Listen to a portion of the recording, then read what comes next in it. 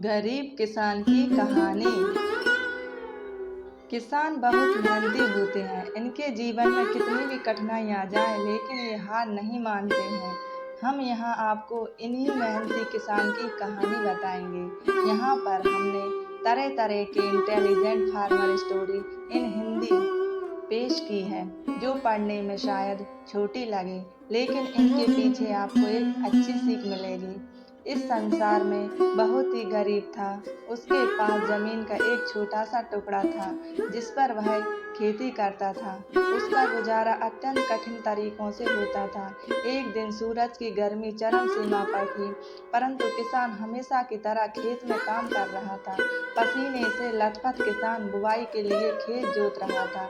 इसी बीच खेत में खुदाई करते समय जमीन से एक बड़ा सा लकड़ी का बक्सा मिला। किसान ने सावधानी से बक्से को निकाला। पहले तो उसके समझ में कुछ नहीं आया, बक्से का क्या करें। आखिर उसने बक्से को खेत के बाहर रख दिया। उसे साफ करके रोटियां वहां पर ले आया था। वह बक्से में रख दी और अपने काम में जुट गया। दोपहर को जब वह खाने के लिए रोटियां निकालने के लिए बक्से के पास गया तो हैरान रह गया। उसने रोटियां ही रोटियां भरी हुई थी।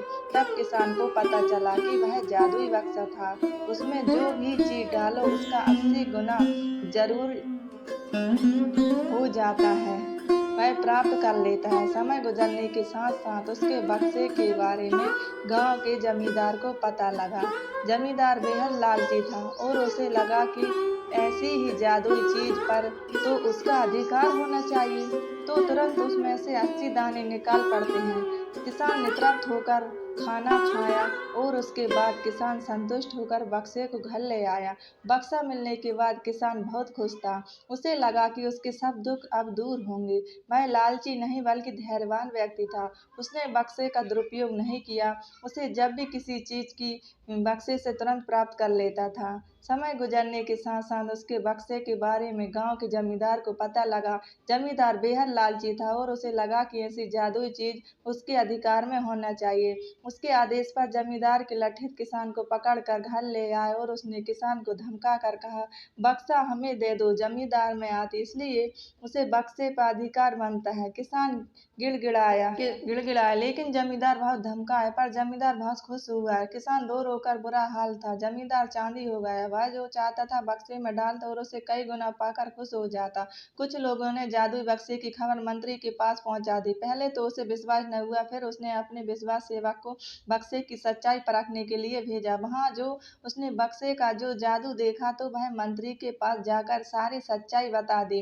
मंत्री ने जमींदार को बुलाया, फिर वह उसे डरते हुए कहा, हमें पता चला कि तुम्हारे पास एक जादुई बक्सा है, उसे तुरंत हमारे हवाले कर दो। निकालते हुए देखकर जमींदार की हालत खराब होने लगी। उसने मंत्री जी से बहुत विनती की पर मंत्री नहीं माना। बक्सा पाकर मंत्री मतवाला हो गया। विरोधियों को यह अच्छा मौका मिल गया। उन्होंने बक्से के साथ साथ बक्सा पाकर मंत्री मतवाला हो गया। विरोधियों को यह अच्छा मौका मिल गया। उन्होंने बक्से के साथ साथ मंत्री के निकम्मेपन की खबर भी राजा तक पहुंचा दी। बक्से की बात सुनकर राजा अधीर हो गया।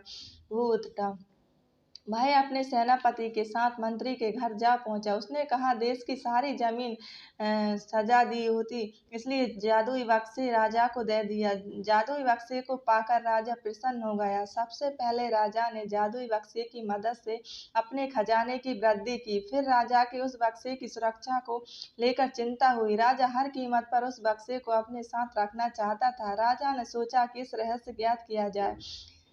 आखिर इस बक्से में क्या है, यह जानने के लिए राजा उसमें प्रवेश कर बैठा। जब बाहर निकला तो उसके पीछे पीछे 80 राजा बाहर निकले। असली राजा का कुछ पता नहीं चलता। वे राज्य सिंहासन पर कब्जा करने के लिए एक दूसरे से लड़ने लगे।